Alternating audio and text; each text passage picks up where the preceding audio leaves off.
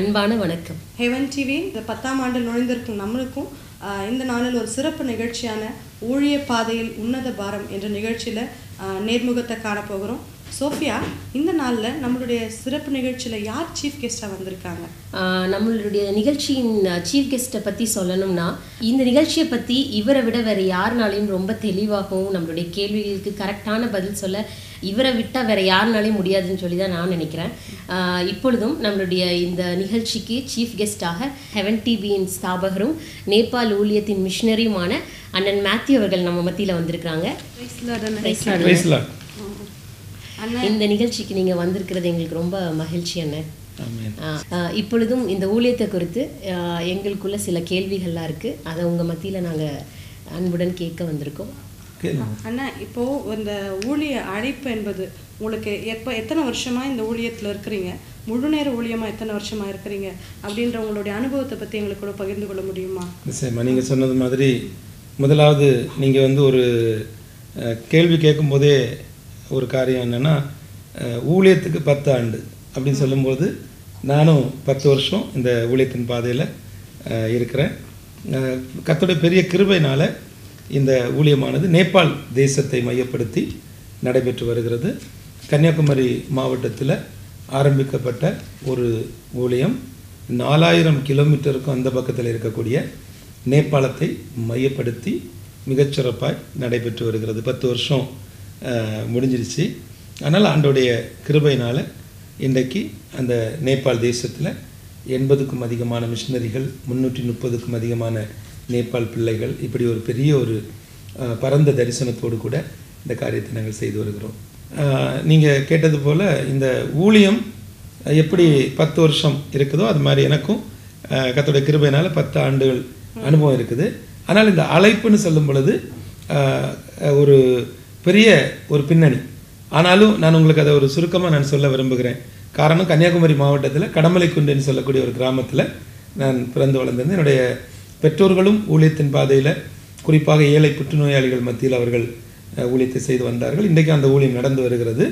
அந்த ஊழியத்தின் பின்னணியில் நான் இருந்தாலும் என்னுடைய தனிப்பட்ட வாழ்க்கையில் ஆண்டவரை குறித்த ஒரு தேடுதல், ஆண்டவருடைய ஒரு அன்பு, ரட்சிப்பின் அனுபவம் இல்லாமல் இருந்த ஒரு சூழ்நிலையில் என்னுடைய கவனக்குறைவினாலையும் என்னுடைய சில தேவனுக்கு பயந்து செயல்பட வேண்டிய சில காரியத்தில் துணிகரமாக நண்பர்களோடு செலவிட்ட சில சூழ்நிலைகள் நிமித்தம் நான் எங்களுடைய சொந்த கிராமத்தை விட்டு நான் வெளிநாட்டிற்கு பிழைப்புக்காக செல்ல வேண்டிய ஒரு கட்டாயம் வந்தது.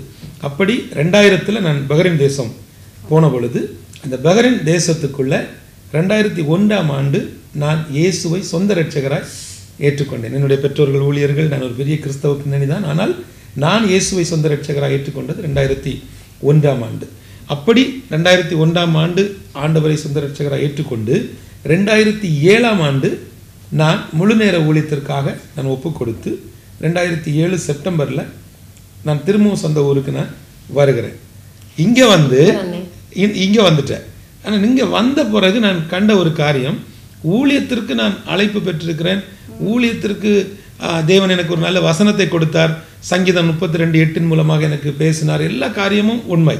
ஆனால் இங்கே வந்த பிறகுதான் எனக்கு தெரியும், ஊழியத்தின் அழைப்பு என்பதில் முக்கியமான ஒரு காரியம் எது ஊழியம், என்னுடைய ஊழியம் எது, மேய்ப்பன் ஊழியமா, தீர்க்க தரிசன ஊழியமா, போதக ஊழியமா, இப்படி பல காரியங்கள் இருந்துச்சு. ஆனால் இதன் மத்தியில் கர்த்தருடைய பெரிய கிருபையினால் 2009ஆம் ஆண்டு எங்களுடைய சபை போதகர் மூலமாக நேபாளத்துக்குள்ளே நான் செல்வதற்கு ஒரு வாய்ப்பு, நேபாளத்தை குறித்த ஒரு பெரிய ஒரு பாரம், அந்த அழைப்பு உறுதிப்பட்டது. சூப்பர் அண்ணா, ரொம்ப அருமையாக சொன்னீங்க. 10 ஆண்டுகள் அப்படிங்கிறது ஒரு சாதாரண விஷயம் இல்லை. அதுக்காக ரொம்ப உங்களுடைய உழைப்பு அதுக்காக தேவைப்படுகிறது. இந்த ஊழியத்தை பொதுவாக ஒரு ஊழியத்துக்குள்ளாக போகணும்னா அது எந்த காரியம் தடையாக இருக்குன்னு சொல்லி நீங்கள் நினைக்கிறீங்க அண்ணன்? ஊழியத்துக்கு தடையா கேட்குறீங்களா, ஊழியத்தினுடைய அழைப்புக்கு தடை? பொதுவாக ஒரு ஊழியத்துக்கு நம்ம ஒப்பு கொடுக்க வேண்டும் என்றால் எந்த ஒரு காரியம் தடையா இருக்குதுன்னு நீங்க நினைக்கிறீங்க? இரண்டாவதாக, எத்தனையோ மாநிலங்கள் இருக்கும்போது நம்மளுடைய இந்தியாவில் நீங்கள் நேபாள் மாநிலத்தை தேர்ந்தெடுப்பதற்கான முக்கிய காரணம் என்ன என்பதை குறித்து எந்த மத்தியில் பகிர்ந்து கொள்ளுங்க. நிச்சயமா. நான் இது ரெண்டு காரியமும் ஒரு ரிலேட்டட் இருக்குது. முதலாவது நீங்கள் கேட்ட காரியம் அப்படின்னு பார்க்கும் பொழுது, ஒப்பு கொடுக்கிற பொழுது இருக்கக்கூடிய தடைகள். தடைகள் அப்படின்னு சொல்லும் பொழுது எதிர்பார்ப்பு தான் தடை, மற்றபடி எல்லாருக்கும் ஒரே அழைப்பு தான். பொதுவா நம்ம ஒரு எந்த காரியத்துல இறங்குறோம்னாலும் நமக்கு ஒரு எதிர்பார்ப்பு கண்டிப்பாக இருக்கும். அது நம்மளுடைய தனிப்பட்ட விஷயமா இருந்தாலும் சரி, ஒரு வேலை விஷயமா இருந்தாலும் சரி, எந்த ஒரு விஷயமா இருந்தாலும் சரி, இப்ப நம்ம இது செய்யறதுனால எனக்கு என்ன கிடைக்க போகுது அப்படின்னு எதிர்பார்ப்போட தான் நம்ம எந்த ஒரு காரியத்தையும். இது நீங்க கேட்ட கேள்வி சரியான ஒரு கேள்வி. ஆனால் அழைப்பை உறுதிப்படுத்தி ஒருவர் கர்த்தருடைய ஊழியத்துக்கு செல்லும் பொழுது அவருக்கு எதிர்பார்ப்பு அவசியம் இல்லை. ஏன்னா தரிசனம் கொடுத்தவர் ஒரு கரிசனையாய் சூழ்நிலைமைகளை ஏற்படுத்தி வைத்திருப்பார், அது நன்மையானாலும் தீமையானாலும். அதே நேரத்தில் பிழைப்புக்காக ஊழியம் செய்யக்கூடியவர்களுக்கு தான் இந்த எதிர்பார்ப்பு. ஏன்னா தடை எங்கே ஆரம்பிக்குதுன்னா எதிர்பார்ப்புல தான் ஆரம்பிக்குது. உலக பிரகாரமான ஒரு வேலை செய்யக்கூடிய ஒரு மனிதன் அந்த ஒரு எதிர்பார்ப்பில் வாழலாம். ஆனால் கர்த்தருடைய ஊழியத்தை செய்யக்கூடியவர்கள் எதிர்பார்ப்புக்குள்ளே நிற்க முடியாது. இன்னொன்று பொதுவாக சொல்லக்கூடிய காரியம் என்னென்னா, நம்முடைய தனிப்பட்ட வாழ்க்கையிலையும் ஊழியத்தின் பாதையிலையும் தேவன் வைத்திருக்கக்கூடிய ஒரு அட்டவணை, ஒரு ஷெட்யூல், அந்த ஷெட்யூலுக்குள்ளே நம்மளை இணைச்சிக்கிடணும். நாம் ஒரு ஷெட்யூலை போட்டு அதில் வந்து தேவனுடைய சித்தத்தை பார்க்குறத விட தேவனுடைய சித்தம் இதுதான் என்னுடைய அழைப்பு, இதுதான் என்னுடைய ஊழியம். இன்று நடக்கக்கூடிய காரியம் நீங்கள் கேட்டீங்க இல்லையா, ஏன் வந்து இந்த நிறைய பேருக்கு தடை இருக்குது இல்லையா, அது எப்படின்னா வேற ஒன்றும் இல்லை, முயற்சி பண்ணி பார்க்குறது. ஊழியத்தில் மட்டும்தான் இந்த முயற்சிங்கிறது கிளிக் ஆகாது. பிஸ்னஸில் கிளிக் ஆகும், வேலையில் கிளிக் ஆகும், எல்லாத்துலேயும் கிளிக் ஆகிடும். ஆனால் ஊழியத்தில் மட்டும் நாம் செய்ய வேண்டிய முக்கியமான ஒரு காரியம் என்ன அப்படின்னா தேவனுடைய சித்தம், அழைப்பு. அந்த அழைப்புக்குள்ளே நீங்கள் நின்றுட்டீங்கன்னா எவ்வளோ பெரிய ஒரு ஊழியமாக இருந்தாலும் சரி நம்மளால் செய்ய முடியும். சரிங்களா? அடுத்தது நீங்கள் கேட்ட ஒரு காரியம் என்னென்னா, இந்தியாவில் இவ்வளோ மாநிலம் இருக்குது, நீங்கள் ஏன் அதெல்லாம் விட்டுட்டு நேபாளுக்குள்ளே நீங்கள் போயிட்டீங்கன்னு. இது நீங்கள் வந்து ஒரு மக்களுடைய ஒரு பிரதிநிதியாக இல்லைன்னா சில மக்களுடைய ஒரு இருதய துடிப்பாக நீங்கள் கேட்குறீங்க. நிறைய பேர் நம்மளை வந்து இங்கே இல்லையா, பக்கத்து வீட்டில் எவ்வளோ கஷ்டப்படுறாங்க, பக்கத்து வீட்டில் உள்ள சகோதரனை விட்டுட்டு நீ என்ன அங்கே போகிற, இந்த மாதிரி நிறைய பேர் எங்களை அவாய்ட் பண்ணியிருக்கிறாங்க. இதனால் நிறைய பேர் எங்களை ஒதுக்கி வச்ச சூழ்நிலைகள் நடந்திருந்தாலும் என்னுடைய இருதயத்தினுடைய ஒரே வாஞ்சை, நேபாள் தேசம் பக்கத்தில் உள்ள ஒரு தேசம், சீனாவுக்கும் இந்தியாவுக்கும் இடைப்பட்ட ஒரு தேசம். ஆனால் என்னுடைய ஒரே கேள்வி, இந்திய தேசத்தில் குறிப்பாக தமிழ்நாட்டுக்குள்ள இயேசுவை பற்றி அறிவிக்காத எந்த கிராமம் இருக்குது? ஏற்றுக்கொள்ளாத கிராமம் இருக்குது, உள்ளே வரக்கூடாதுன்னு சொல்கிற கிராமம் இருக்குது, அடிக்கிற கிராமம் இருக்குது. சரிங்களா?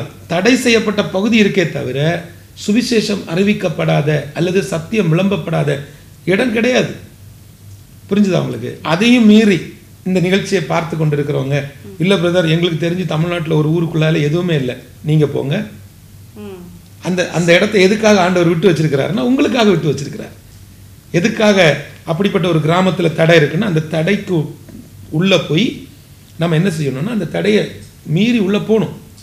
ஏன்னா சுவிசேஷத்தை அறிவிப்பதற்கு மார்க் 13:10 சுவிசேஷம் முந்தி பிரசங்கிக்கப்படும். இந்த கட்டளை கொடுத்தது யார்? ஒரு கலெக்டர் அல்ல, ஒரு முதலமைச்சர் அல்ல, ஒரு பிரதமர் அல்ல. இந்த மாதிரி ஒரு கட்டளை அண்ட சராசரங்களை படைத்த ஒரு தெய்வம் நமக்கு தந்த கட்டளை. அதை நிச்சயமா நம்ம என்ன செய்யணும்? நிறைவேற்ற போகணும். அப்போ அந்த அடிப்படையில் தான் தேவன் எனக்கு கொடுத்த அந்த தரிசனத்தை, அதுலேயும் ஒரு அண்டை தேசத்துக்கு நான் கடந்து செல்வதற்கு தேவன் எனக்கு வழிவாசலை திறந்து கொடுத்தார். சரியா சொன்னீங்கன்னா. ஆனாலும் இப்போ இன்னொரு கேள்வி என்னன்னா, இப்போ நேபாளன்றது பல கலாச்சார வித்தியாசங்கள் உள்ள ஒரு விஷயம் இடம். இப்போ நம்ம தமிழ்நாட்டுக்குள்ளே பார்த்தீங்கன்னா நம்மளுடைய உணவு வகைகளாக இருக்கட்டும், மற்ற தேவைகளும் சாதாரணமாக இருக்கும். ஆனால் நேபாளில் பல கலாச்சார மாற்றங்கள் இருக்கும், உங்களுக்கு உணவு வகைகள் வித்தியாசப்படும். இப்படி இருக்கிற ஒரு சூழ்நிலையில் எப்படி நீங்கள் போய் அங்கே அடாப்ட் ஆனீங்க? உங்களுக்கு ஸ்ட்ரென்த் பண்ணுறக்கூடிய விஷயமா, உங்களை இன்ஸ்பயர் பண்ணுற விஷயமா எதையெல்லாம் அங்கே பார்த்தீங்க இந்த ஊழிய பாதையில்? அதை சொல்ல முடியுமா? நீங்கள் இந்த கலாச்சாரம்னு கேட்கும் பொழுது என்னுடைய ஒரு அனுபவம் என்னென்னா, நான் உங்களுக்கு சொன்னேன் இல்லையா, நான் வந்து கன்னியாகுமரி மாவட்டம். அப்போ இங்கேருந்து என்னுடைய உழைப்புக்காக இல்லைன்னா என்னுடைய பிழைப்புக்காக என்னுடைய வருமானத்துக்காக நான் எங்கே போகிறேன்? பஹ்ரைன் போகிறேன். ஸோ அங்கே போனோன்னா நான் யாருடைய கலாச்சாரத்துக்கு மாறுறேன்? அந்த நாட்டு மக்கள், அந்த அரபு தேசத்துக்கு ஏற்றபடி என்னை மாற்றிக்கொள்கிறேன். அங்கே உள்ள உணவு பழக்கத்தை நான் ஏற்றுக்கொள்கிறேன். அப்போ ஒரு உலக பிரகாரமான வேலைக்கு போகும் பொழுதே என்னால் அந்த கலாச்சாரத்துக்கு ஏற்றபடி என்னை மாற்றிக்கொள்ள முடியும்னா, தேவனுடைய ஊழியத்துக்குன்னு போகும் பொழுது நம்ம என்ன செய்ய முடியும்? அடாப்ட் ஆகிறது ஈஸி. அதே நேரத்தில் உணவுகள் விஷயத்தில் வந்து நமக்கு வந்து கொஞ்சம் டைம் ஆகும். ரெண்டாவது பார்த்திங்கன்னா ரொம்ப ஒரு முக்கியமான இன்னொரு காரியம் வந்து நேபாளை பொறுத்த வரைக்கும், நான் ரொம்ப பெரிய தேசங்களுக்கெல்லாம் அப்படி போனதில்லை. நேபாளத்தை பொறுத்த வரைக்கும் உணவுகளில் மட்டும் இல்லை, இன்னும் நிறைய காரியங்கள் அங்கே நம்ம வந்து ரொம்ப ஒரு கடினமான சூழ்நிலைமைகள் இருந்துச்சு. நிறைய தியாகங்கள் நிறைய இருக்கும், நிறைய இருக்கும். அதெல்லாம் நம்ம ஷேர் பண்ண முடியாது. அந்த இடத்துல வந்து நிறைய அந்த இடத்துல முறியடிக்கணும். செய்ய வேண்டிய நிறைய இடங்களில் பார்த்தீங்கன்னா வானமண்டலத்தினுடைய பொல்லாத ஆவிகளுடைய போராட்டங்கள் உண்டு. பகலில் ஊழியம் செஞ்சுட்டு வரும் பொழுது வீட்டில் வந்த உடனே முட்டுக்கு கீழே ஒரு சேல் இல்லாமல் போயிடும். பேசும் பொழுது திடீர்னு சத்தம் போயிடும். இது மாதிரி அனுபவம் நடந்திருக்கு. திடீர்னு சத்தம் போயிடும், நாக்கு வேலை செய்யாது. அப்படி இருக்கிறப்போ நீங்க எப்படி இதெல்லாம் உங்களுக்கு என்ன சொல்றேன் ஸ்ட்ரென்த் பண்ற விஷயங்களா இதெல்லாம் இன்னுமா பார்த்தீங்க? அந்த சூழ்நிலை எதன் மூலமா உங்களை வந்து உற்சாகப்படுத்திக்கிட்டீங்க? நிச்சயமா பரிசுத்தாவினுடைய வல்லமை தான், வேற ஒண்ணுமே கிடையாது. பரிசுத்தாவியானவருடைய அந்த சாதாரண மனிதனாக இந்த ஊழியத்துக்குள்ள இப்ப நம்ம இப்படி காலடி எடுத்து வைக்கும் பொழுது பொதுவா இந்த மாதிரி சில தடைகளை நம்ம பார்க்கும்போது ஆரம்பத்திலேயே நம்ம வந்து அதை விட்டு கண்டிப்பாக ஓடுறதுக்குரிய சூழ்நிலைகள் வரும். ஆனால் பரிசுத்தாவியானுடைய வல்லமை அப்படிங்கிறது வந்து நம்மளை வந்து ஒரு ரீசார்ஜ் கொடுக்கும். அதே நேரத்தில் அதுதான் உங்களுக்கு ஸ்டார்டிங்கில் சொன்னேன் இல்லையா, எதிர்பார்ப்பை நம்ம அந்த இடத்துலையும் நம்ம கொண்டு வந்து நம்ம கண்ணு முன்னாடி மனைவி பிள்ளைகளுடைய எதிர்காலம் இப்படிப்பட்ட காரியத்தை கொண்டு வச்சுட்டோம் அப்படின்னா அடுத்த நாளே நம்ம, ஏன்னா சத்ரு நம்மளை வந்து அப்படி ஒரு போராட்டத்தை கொண்டு வருவதே எதுக்கு, குடும்பத்தை கொண்டு. ஆமாம், இது மாதிரி நேரங்களில் நம்ம நேபாளில் இருக்கும் பொழுது அதே சூழ்நிலைமைகளில் சில நெகட்டிவான காரியங்கள் ஊரில் நடக்கும். தகவல்கள் நமக்கு வரும், மரண செய்திகள் வரும், இழப்பு செய்திகள் வரும், நஷ்டப்பட்ட செய்திகள்லாம் வரும். ஆனால் இது எல்லாத்தையுமே அந்த நேரத்தில் பரிசுத்தாவினுடைய வல்லமையை கொண்டு முழங்கால நின்று ஜெபித்து தான் நம்ம வெளியே வர முடியுமே தவிர அந்த நேரம் எனக்கு வந்து யாராவது உதவி செய்ய மாட்டாங்களா? செய்ய மாட்டாங்க. ஏன் செய்ய மாட்டாங்கன்னா தேவன் என்னை பயன்படுத்தணும்னா, தேவனுடைய வல்லமை என்னை ஆட்கொள்ளணும்னு சொன்னால் முதல்ல தேவன் செய்யக்கூடிய காரியமே மனிதனுடைய தயவை உடைச்சி விட்டுருவார். மனிதனுடைய தயவு, மனிதனுடைய உதவிகள் இது எல்லாத்தையும் அடைச்சி வச்சிருவாரு. ஏன்னா அது அடைக்கப்பட்டாதான் நான் எங்க கனெக்ட் ஆக முடியும், திறக்கப்படும். ரொம்ப அருமையா சொன்னீங்க அண்ணா. நீங்க சொல்லுகிற ஒரு பாயிண்ட்டும் இப்போ ஊழியத்திற்காக ஒப்பு கொடுக்கணும்னு சொல்லி இந்த நிகழ்ச்சியை பார்த்துட்டு இருக்கிற நேர்கள் மத்தியில இது வந்து ரொம்ப ஒரு ஊண்டுதலாக எனர்ஜெட்டிக்காக இருக்கும். நீங்க சொல்லுகிற ஒவ்வொரு பாயிண்ட்டும் அவங்களுக்கு வந்து ஊழியத்தை குறித்தான அவங்க மனதில் உள்ள எல்லா சந்தேகங்களும் இத்தனை தடைகள் மத்தியில் நீங்கள் நேபாள் மாநிலத்தில் செய்கிற இந்த ஊழியம் ரொம்ப ஒரு பெரிய விஷயம் அண்ணா. இன்னும் அந்த நேபாள் தேசத்தில் இப்போ நம்ம ஒரு புதிய இடத்துக்கு போய் ஒரு வீடு எடுத்து அங்கே குடியிருக்கிறோம் அப்படிங்கிறது இந்த ஒரு சாதாரண விஷயம் கிடையாது. அப்படி இருக்கும்போது இந்த ஒரு புதிய மாநிலத்தில் அவங்களுடைய கலாச்சாரத்தின் மத்தியிலும் அவங்களுடைய உணவுகள் மத்தியிலும் அவங்களுடைய புதிய பாஷைகள் மத்தியிலும் எப்படி நீங்கள் எப்படி அந்த ஒரு புதிய தேசத்துக்குள்ளாக போய் எப்படி உங்களவே நீங்கள் அடாப்ட் பண்ணிக்கிட்டீங்க, இந்த புதிய கலாச்சாரத்துக்குள்ளேயும் எப்படி நீங்கள் அடாப்ட் பண்ணிக்கிட்டீங்க? நேபாள் மாநிலத்தை பற்றியும் சில விஷயங்கள், ஊழியம் இல்லாத சில விஷயங்களை குறித்து எங்களுக்கு சொல்கிறீங்க. இது வந்து என்னென்னா இப்போ நீங்கள் கேட்டத காரியம் வந்து நேபாளுக்குள்ளே நம்ம போய் எப்படி அந்த கலாச்சாரத்துக்குள்ளே அடாப்ட் பண்ணணும் அப்படி பார்க்கும் பொழுது வேறு ஒன்றுமே இல்லை. நான் ஆல்ரெடி உங்களுக்கு சொன்ன காரியம்தான். இதுக்கு வந்து நீங்கள் சொன்னீங்க இல்லையா, இதை பார்த்துட்டு இருக்கக்கூடிய ஊழியத்தில் ஒப்பு கொடுக்கக்கூடியவங்களுக்கு அது வேறு ஒன்றுமே இல்லைங்க. ஊழியத்தை கஷ்டப்பட்டு செய்கிறத விட இஷ்டப்பட்டு செஞ்சாலே போதும். ரெண்டாவது, ஊழியம் அப்படிங்கிறது முதல்ல வந்து யதார்த்தத்தில் இருக்கணும், ப்ராக்டிக்கலாக இருக்கணும். ஆமாம், நம்ம வந்து என்னென்னா ஊழியம் செய்கிறோம்னு சொல்லக்கூடியவங்க நம்மளுக்கே ஒரு பெரிய ஒரு சீன் கிரியேட் பண்ணி நமக்குன்னு ஒரு பெரிய ஒரு இமேஜை கிரியேட் பண்ணி, அதாவது 30 ஆண்டுகள் அப்பா அம்மா கிட்ட அடங்கி இருந்த இயேசுவால் தான் 3.5 ஆண்டுகள் ஊழியம் செய்ய முடிஞ்சது. இங்கே நாம் எடுத்த உடனே பாஸ்டர் ஆயிடணும், எடுத்தோடனே பிஷப் ஆயிடணும், எடுத்தோடனே பெரிய ஆர்கனைசேஷன் முடியாது. அதுக்கு நான் என்ன சொல்ல வரேன் அப்படின்னா, நல்ல ஒரு ஐடியா, நல்ல ஒரு ஆலோசனை, ஊழியத்துக்கு வாஞ்சையாக இருக்கக்கூடியவங்க பெரிய இதெல்லாம் போடுறாங்க.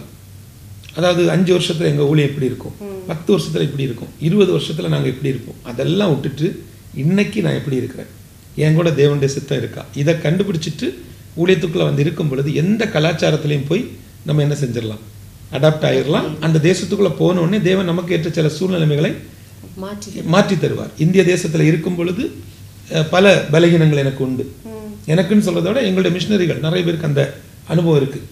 ஆனால் பாருங்கள், அந்த தரிசனம்னு சொல்லிட்டு நம்ம ஒரு கிராமத்தில் போய் நிற்கும் பொழுது எல்லாமே அப்படியே எப்படி ஸ்ட்ரென்த் கிடைக்கும்னு தெரியாது. அப்போ அதுக்கு ஒரே காரியம் என்ன அப்படின்னா கர்த்தருடைய சித்தம் தான். புரிஞ்சுதில்ல உங்களுக்கு? ஏன் அப்படி சொல்கிறேன்னா, அவர் கொடுக்குற அந்த பலனில் தான் நாம் நிற்கிறோம். 1/2 கிலோமீட்டர் நடந்தாச்சுன்னா மூச்சு வாங்குது. ஆனால் நேபாளில் போய் 12 கிலோமீட்டர் நடக்கிறேன். அப்போ எப்படி அந்த பலன் கிடைக்குது? இது சுயத்தில் கிடைக்கிறது அல்ல. ஸோ அதனால் நீங்கள் கேட்ட அந்த காரியத்திற்கான ஒரு பெரிய ஒரு பதில் என்னென்னா, நீங்கள் கஷ்டப்பட்டு ஊழியம் செய்கிறேன் அப்படின்னு சொல்கிறத விட்டுட்டு நான் இஷ்டப்பட்டு செய்கிறேன், தெய்வம் என்ன நடத்துகிறாரு, அவ்வளோதான். இப்போ நீங்கள் சொல்கிறப்போ ஒரு பாடலோட வரிகள் ஞாபகம் வருதுன்னா, காடுகளில் பல நாடுகளில் என் ஜனம் சிதறுண்டு சாகுவதா, பாடுபட்டேன் அதற்காகவுமே என் நாடுகளை தேடுவோர் யார் அப்படின்னு ஒரு ஆண்டவரோட வாரத்தை உண்மையாக உணர்ந்து இந்த ஊழியத்தை செய்கிறீங்கன்னு பார்க்குறோம். இப்படிப்பட்ட ஊழியத்தில் நீங்கள் உங்களுக்கு நிறைய விதமான அனுபவங்கள் இருந்திருக்கும் இல்லையா? அதிகமான வித்தியாசமான மனிதர்களை சந்திச்சிருப்பீங்க. அந்த மாதிரி சந்திப்பில் கசப்பான அனுபவமோ இல்லை மறக்க முடியாத அனுபவமோ எந்த மாதிரி ஏதாவது ஒரு விஷயங்கள் இருந்தால் எங்களுக்கு அதோட ஷேர் பண்ண முடியுமா? ஷேர் பண்ணுறேன். பட் இதில் என்னென்னா, உங்களுக்கு இந்த கசப்பான அனுபவம், மறக்க முடியாத அனுபவம், இதெல்லாம் வந்துட்டு மனிதர்கள் சார்ந்த காரியம் நான் இங்கே சொல்ல விரும்பலை.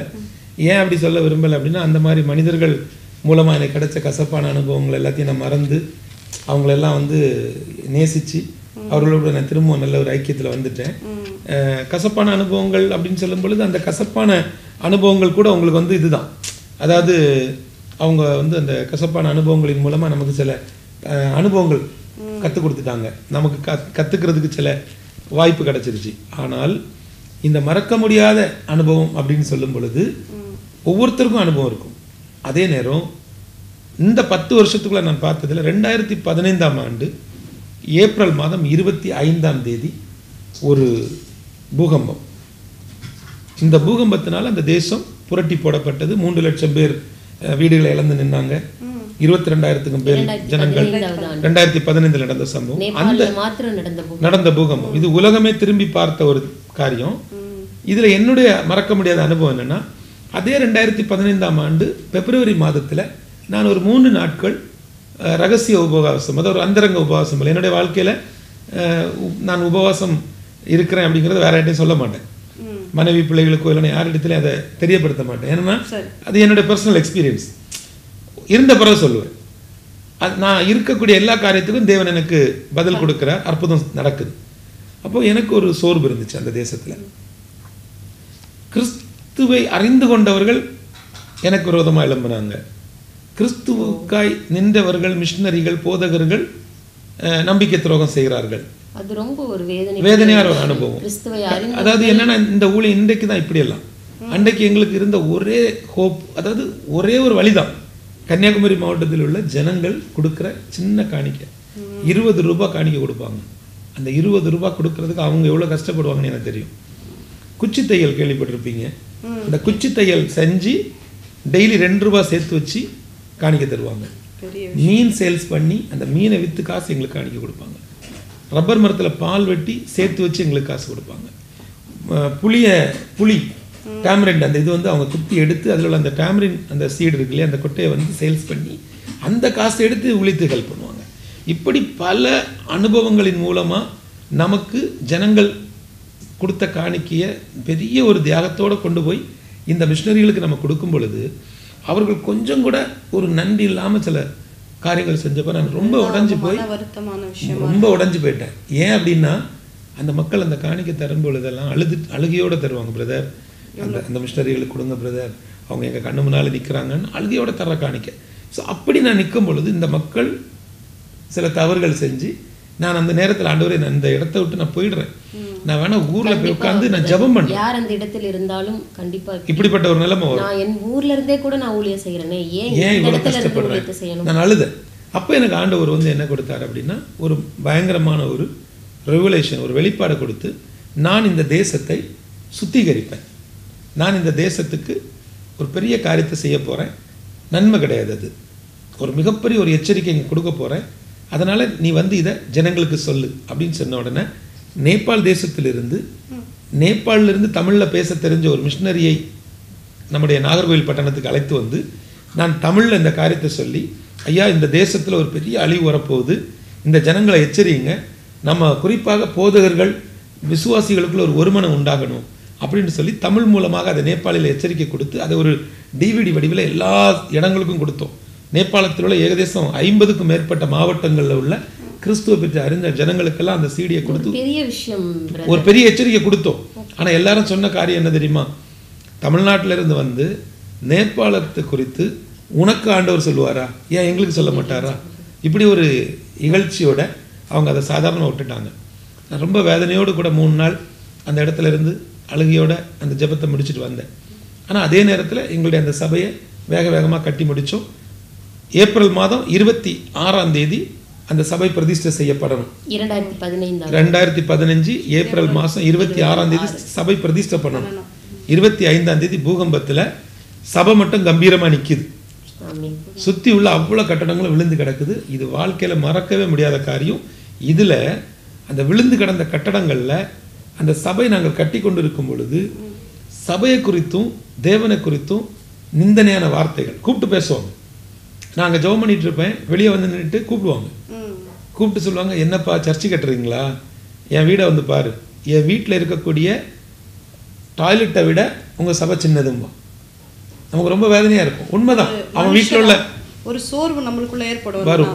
ஸோ இந்த அனுபவம் வந்து என்னோட வாழ்க்கையில் மறக்க முடியாத ஒரு அனுபவம். ஏன்னா ஜீவனுள்ள தேவன் நான் இருக்கிறேன் அப்படின்னு சொல்லி அந்த ஒரு பெரிய ஒரு அஷூரன்ஸ் எனக்கு கிடைச்சது. ரொம்ப அருமையாக சொன்னீங்க பிரதர். இது வந்து சாதாரணமாக இந்த இடத்துல யார் இந்த இடத்துல இருந்திருந்தாலும் கண்டிப்பாக இப்படி ஒரு சம்பவம் நடக்கும்போது நம்ம கண்டிப்பாக அதை புறக்கணித்துட்டு நம்ம கண்டிப்பாக பின்மாற்றம் ஊழியம் தானே, நம்ம எங்கிருந்து செய்தா என்ன, அது ஊழியம் தானே ஒரு கேள்வி வந்திருக்கும்.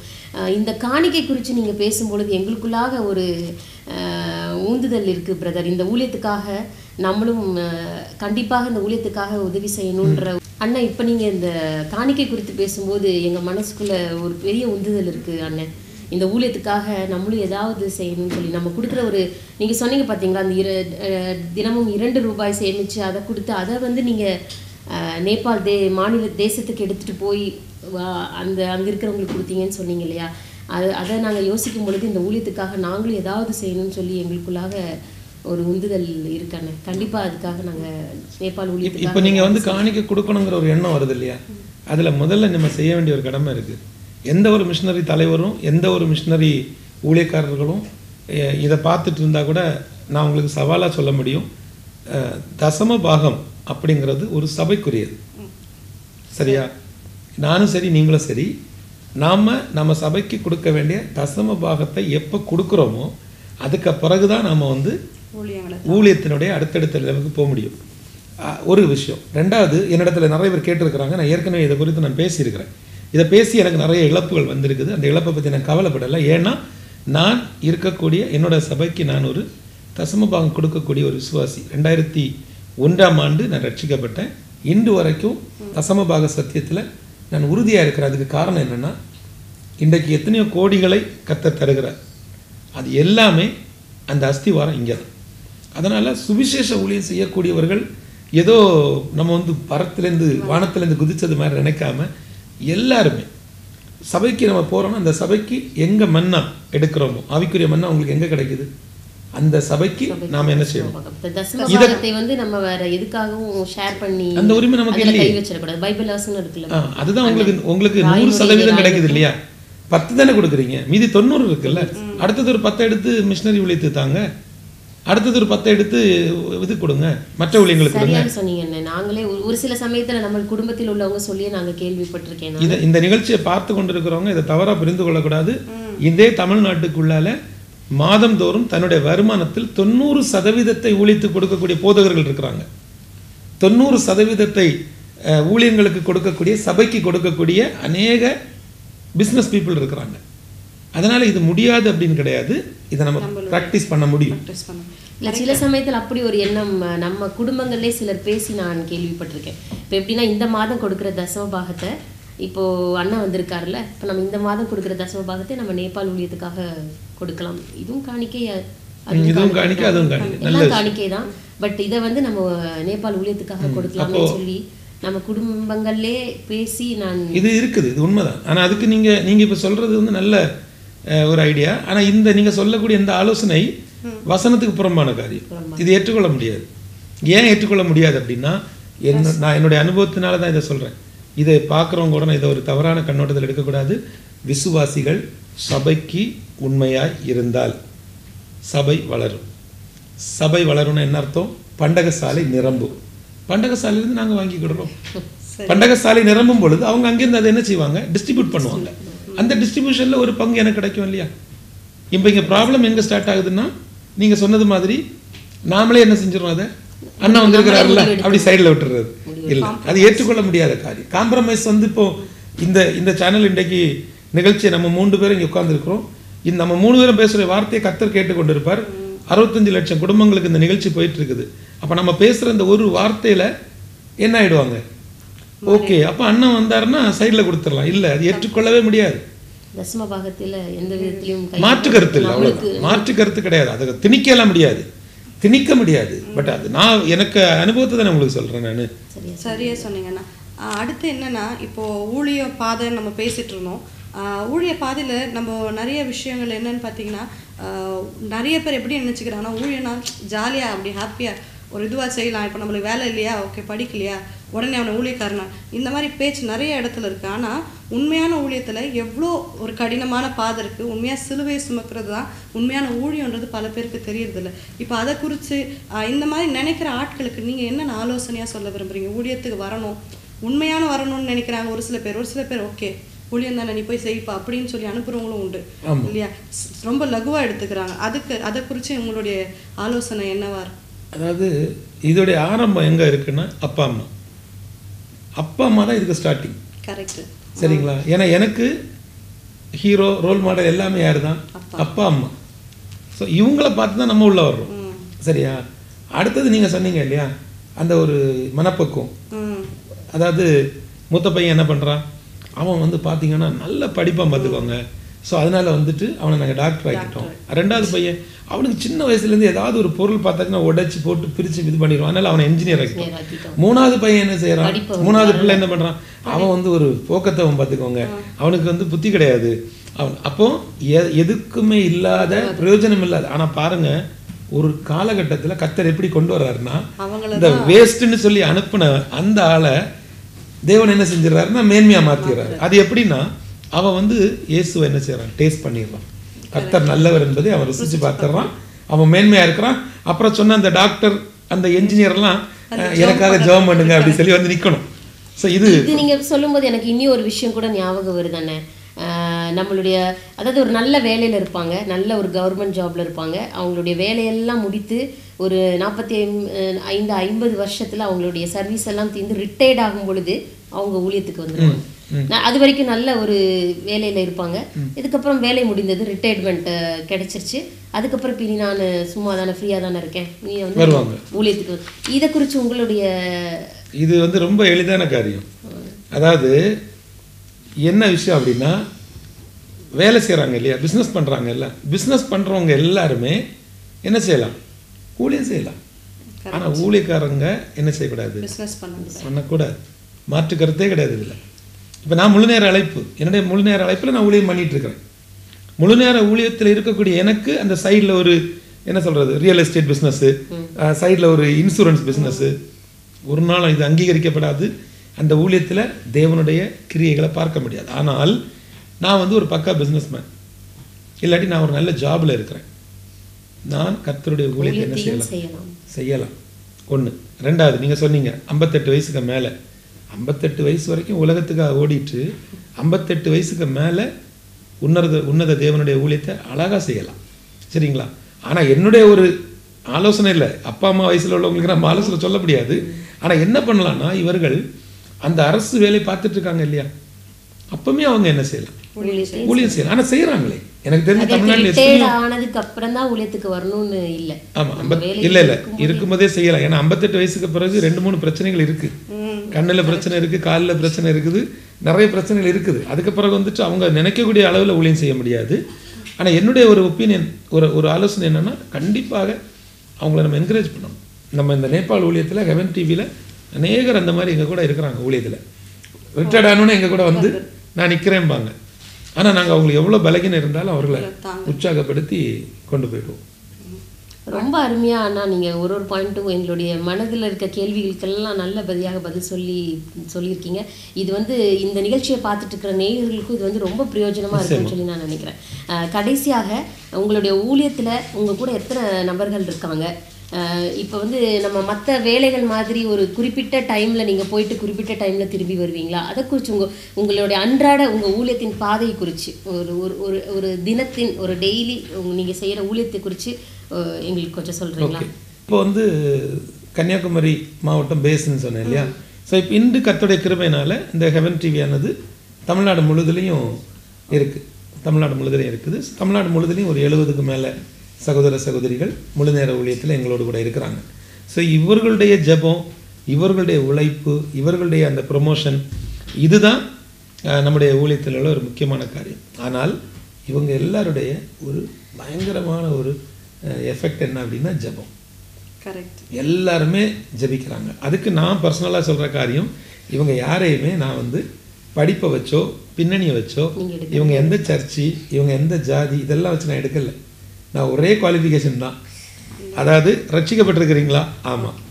வசனத்தின்படி வசனம் சொல்லுகிற ஞானஸ்நானத்தை பெற்றுக்கிறீங்களா? ஆமாம். அபிஷேகம் பெற்றுக்கிறீங்களா? ஆமாம். Right, sanction. ஸோ அவங்க செலக்ட் பண்ணிட்டு அப்படி தான் நம்ம அவங்கள ஊழியத்தில் வச்சுருக்கிறோம். இங்கே அந்த மாதிரி இருக்கிறாங்க. நேபாள் தேசத்தில் 80 மிஷினரிகள் எங்களோடு கூட சேர்ந்து காஸ்பல் ஃபார் நேபாள் என்று சொல்லக்கூடிய நம்முடைய ஸ்தாபனத்தில் கர்த்தருடைய ஊழியத்தை செய்கிறாங்க. அந்த காலகட்டங்களில் இன்றைக்கு அந்த தேசத்தில் நேரடியாக சுவிசேஷம் அடைக்கப்பட்டிருக்கிறது. அதனால தான் இந்த ஊழியத்தினுடைய தரிசனத்தை கர்த்தர் இன்னும் உறுதிப்படுத்துகிறார். நேபாளுக்கு சுவிசேஷம் நேபாளியரை கொண்டு. ஸோ என்னுடைய வேலை அங்கே என்ன அப்படின்னா அவங்கள ஆக்டிவேட் பண்ணுறது, மோட்டிவேட் பண்ணுறது, அவங்கள வந்து த்ரூ ஹோலி ஸ்பிரிட் அவங்கள ரீசார்ஜ் பண்ணுறது. அவங்களுடைய தேசத்தில் உள்ளவங்களே வந்து அவங்க சுதேச மிஷனரிகளை உருவாக்கி மத்தியில் ஊழியம் செய்யும்போது அது இன்னுமே ரொம்ப எஃபெக்டிவாக இருக்கும். இப்போ அண்ணா நீங்க எத்தனை பேர் ஊழியம் செய்றீங்கன்னு சொல்றீங்க. எந்த மாதிரி ஊழியம்னா இப்போ இந்த காலகட்டத்தில் இப்போ நேரடியா வந்து வார்த்தைகள் போகாது அப்படின்னு சொல்றீங்க. அப்போ நம்ம எப்படி நீங்க வார்த்தைகளை கொண்டு போறதுக்கு நேரா போய் நம்ம போய் சொல்ல முடியாது. இயேசுவை ஏத்துக்கங்க நீங்க கொடுக்குற மாதிரி ட்ராக்ஸ் எல்லாம் சொல்ல முடியாது. அப்படி இருக்கும்போது நம்ம எப்படி நீங்க எந்த மாதிரி ஊழியத்துல அவங்கள போய் ஆண்டவரோட அன்பு அவங்க கிட்ட பகிர்ந்து கொள்றீங்க, அதை பத்தி சொல்ல முடியுமா? ஆமாம், இது வந்து நமக்கு ரொம்ப சென்சிட்டிவான ஒரு காரியம். எப்படி அந்த தேசத்துக்குள்ளே நம்ம போய் காஸ்பல் சொல்கிறோம் அப்படிங்கிறத வந்து சொல்லலாம். பட்டு ரொம்ப சில காரியங்கள் இங்கே பேச முடியாது. ரொம்ப முக்கியமான ஒரு விஷயம் என்னென்னா சோசியல் சர்வீஸ், சோசியல் ஆக்டிவிட்டீஸ். 50 வருஷத்துக்கு முன்னாடி இந்தியாவுக்கு எப்படி சுவிசேஷம் வந்துச்சு? மிஷினரிகள் எப்படி கொண்டு வந்தாங்க? அழுக்கா கிடந்த மக்களை அழகா மாற்றினாங்க. நோயப்பட்டவங்களுக்கு மருத்துவம் கொடுத்தாங்க. சேவை செய்து அதன் மூலமாக எப்படி மக்களுக்கு சுவிசேஷம் உள்ள போச்சு. சுவிசேஷத்தை யாரும் சொல்லலை, நற்கிரியைகளை செஞ்சாங்க, சுவிசேஷம் தானாகவே விளம்பப்பட்டுடுச்சு. இதே ஸ்ட்ராட்டஜி தான் நேபாளுக்குள்ளாது. நேபாள் வந்து நீங்கள் கால்குலேட் பண்ணி பார்த்தீங்கன்னா எனக்கு பார்வையில் 30 வருடம் பின்னணியில் இந்தியாவை விட 30 வருடம். குறிப்பிட்ட அந்த காட்மண்டு இப்படிப்பட்ட சில பகுதிகள் தான் மனிதர்களுடைய ஒரு நடமாட்டங்களும் சில கலாச்சாரங்களும் இருக்குது. சரிங்களா? ஒட்டுமொத்த தேசம் பலவிதமான போராட்டங்கள், பலவிதமான பிரச்சனைகள், பாவப்பட்ட பாவத்தின் அகோரங்கள்லாம் இருக்குது. அது எல்லா தேசத்துலையும் இருக்குது, எங்கள் தேசத்துலையும் இருக்குது. ஆனால் நான் உங்களுக்கு சொல்லக்கூடிய காரியம் என்னென்னு சொன்னாச்சுன்னா அந்த தேசத்தினுடைய கலாச்சாரத்தினுடைய வளர்ச்சியை பொறுத்து தான் இன்றைக்கி நான் சொல்கிறது என்னென்னா இயேசுனுடைய சுவிசேஷத்தினால நேபாளுக்குள்ள ஒரு மாற்றம் இருக்கிறது. இயேசுனுடைய இரத்தத்தினால அந்த தேசம் கழுகி சுத்திகரிக்கப்பட்டு கொண்டிருக்கிறது. இப்போ அவங்க எத்தனையோ சட்டம் போடுறாங்க, இங்கே நிறுத்திடுவோம், அங்கே பிடிச்சிருவோம், ஜெயிலில் போட்டுருவோம், இதை பண்ணிடுவோம், அதை பண்ணி நிறைய சொல்கிறாங்க, நிறைய காரியங்கள் பண்ணுறாங்க. இவங்க செஞ்ச எல்லாமே எனக்குள்ளார இன்னும் ஒரு வளர்ச்சியை தந்திருக்கே தவிர என்ன ஓட வைக்கல. இயேசுக்கு நேராக ஓட வச்சிருக்கே தவிர இவங்களை கண்டு பயந்து பின்மாறி என்ன ஓட வைக்கல. வைராக்கியத்தை தான் அதிகரிச்சிருக்கு. அதனால வந்துட்டு நீங்கள் கேட்ட கேள்விக்குப்படி அந்த தேசத்துக்குள்ளால பலவிதமான வழிகள் அங்கே இருக்குது.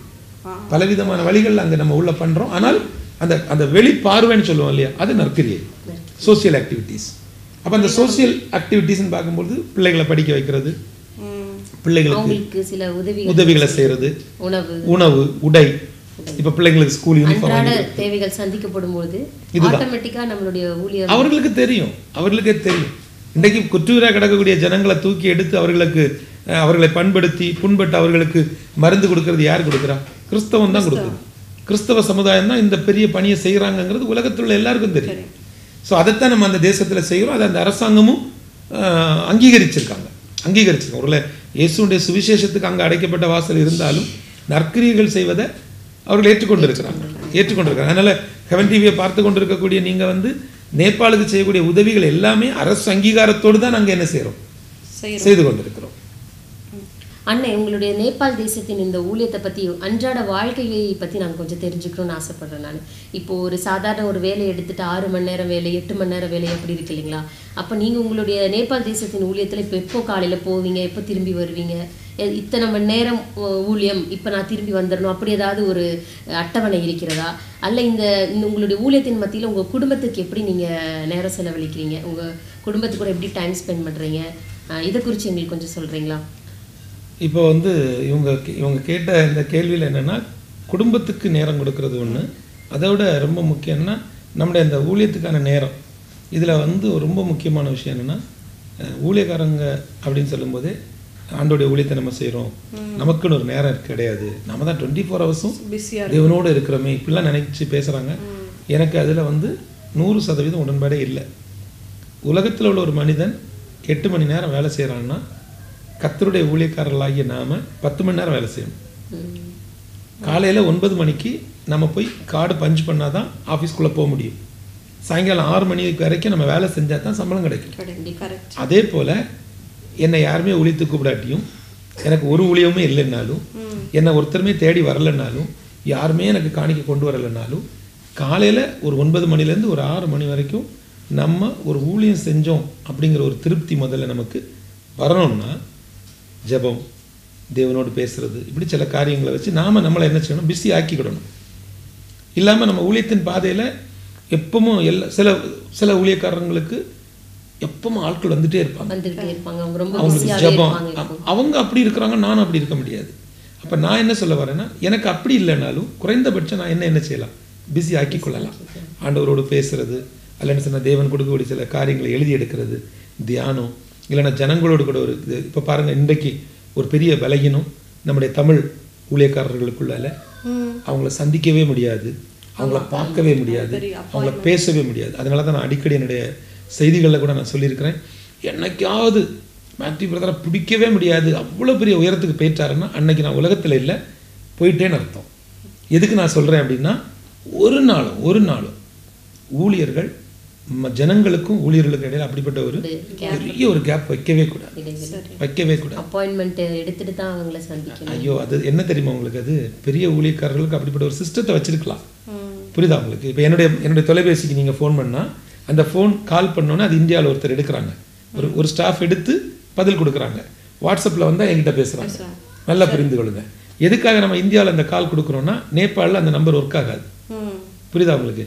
ஆனால் இந்த சகோதரி அந்த கால் அட்டன் பண்ணி நமக்கு கொடுக்கக்கூடிய பதிலை வச்சு நம்ம உடனடியாக அவர்கள் என்ன செய்கிறோம், தொடர்பு கொள்ளுறோம். அதுலேயும் ஜெபக்குறிப்பு அப்படின்னா உடனே நம்ம கால் பண்ணுறோம். ஏன்? ஊருக்குள்ளால உலகத்தில் 1000 ஊழியக்காரங்க இருக்கும்போது அவங்க இந்த டிவியை பார்த்து நம்மளை கூப்பிடுறாங்கன்னா, அதுவே வந்து ஒரு பெரிய ஒரு கிஃப்ட். ஆண்டவர் வந்து நம்மளை பயன்படுத்துகிறார் அப்படிங்கிறதுக்கு இதுவே ஒரு சாட்சி. சரிங்களா? அப்போது நீங்கள் கேட்டது போல் அன்றாட வாழ்க்கையில் நேபாள் போகிறது, நேபாளிலேருந்து வாரது, இது எல்லாமே பார்த்தீங்கன்னா ஒரு அட்டவணை நம்ம படுத்த முடியாது. சில நேரங்கள் எங்கேருந்து நம்ம விமான பயணத்தில் போவோம், விமானம் போய் எங்கே இறங்காது, காட்மண்டுக்குள்ளே போகாது, கிளைமேட் சரியில்லைன்னு ரிட்டர்ன் ஒரு அனுபவம் இருந்திருக்கு. சில நேரங்களில் பார்த்தீங்கன்னா ஒரு நாள் நம்ம தங்க வேண்டிய சூழ்நிலை வரும். இனி மிஷன் ஃபீல்டுக்குள்ளே போயிட்டு நம்ம சொல்லுவோம், நாளைக்கு மார்னிங் எனக்கு ஃப்ளைட்டு, நைட்டுக்குள்ளே வரணும்னு. ஐயோ, நைட்டுக்குள்ளே வந்துடலான்னு சொல்லி தான் நம்ம அந்த பிரயாணத்தை தொடர்ந்துருப்போம். ஆனால் அங்கே போயிட்டு நம்ம திரும்ப வரும்போது என்ன, தண்ணி வந்துடும். ஆற்றை கடந்து நம்ம போயிருப்போம், தண்ணி வந்துடும். சில இடங்களில் போகும் பொழுது லேண்ட்ஸ்லைடிங், நிலச்சரிவு இருக்காது. நம்ம அங்கே போயிருப்போம், இங்கே நிலச்சரிவு வந்திருக்கும். அப்போ அந்த மண், அந்த ரோடெல்லாம் கிளியர் பண்ணுறது வரைக்கும் நம்ம வர முடியாது.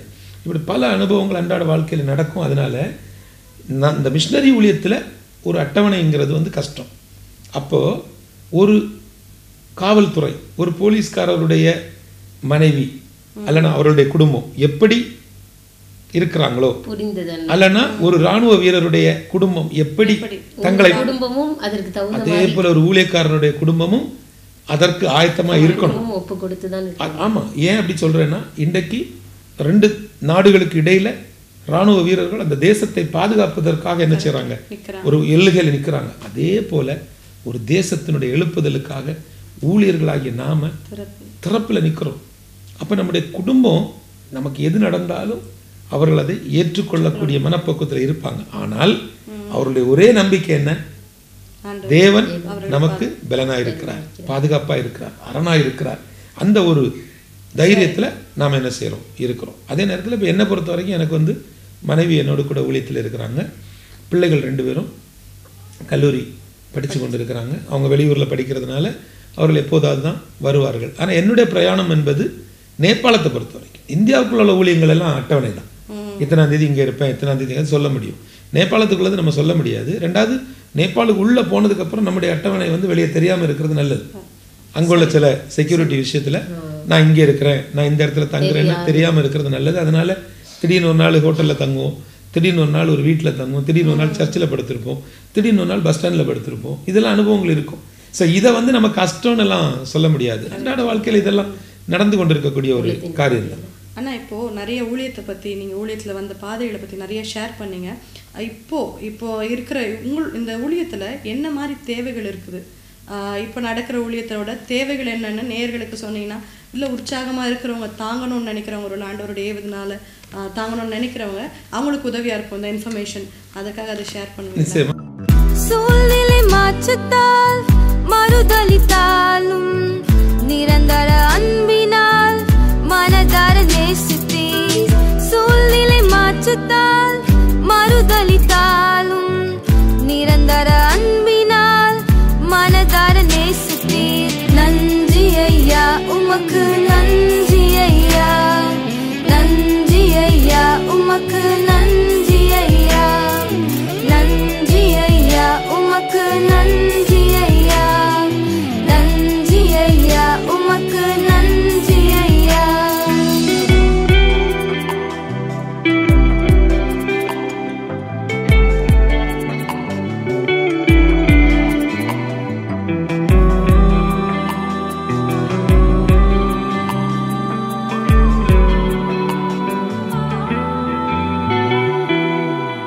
அறியாத பாவத்தால் இடறினாலும் பரிசுத்த இரத்தத்தால் திரும்பவும் தூக்கினீர்.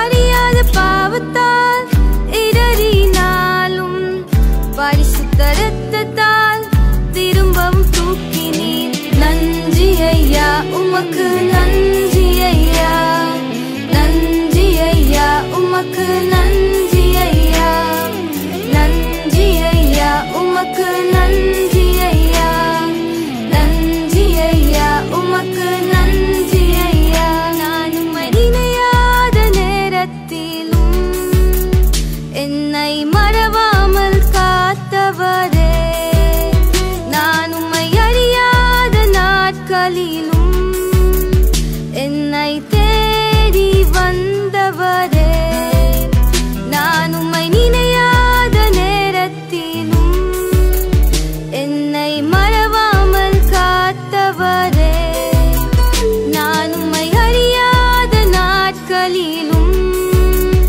என்னை தேடி வந்தவரே.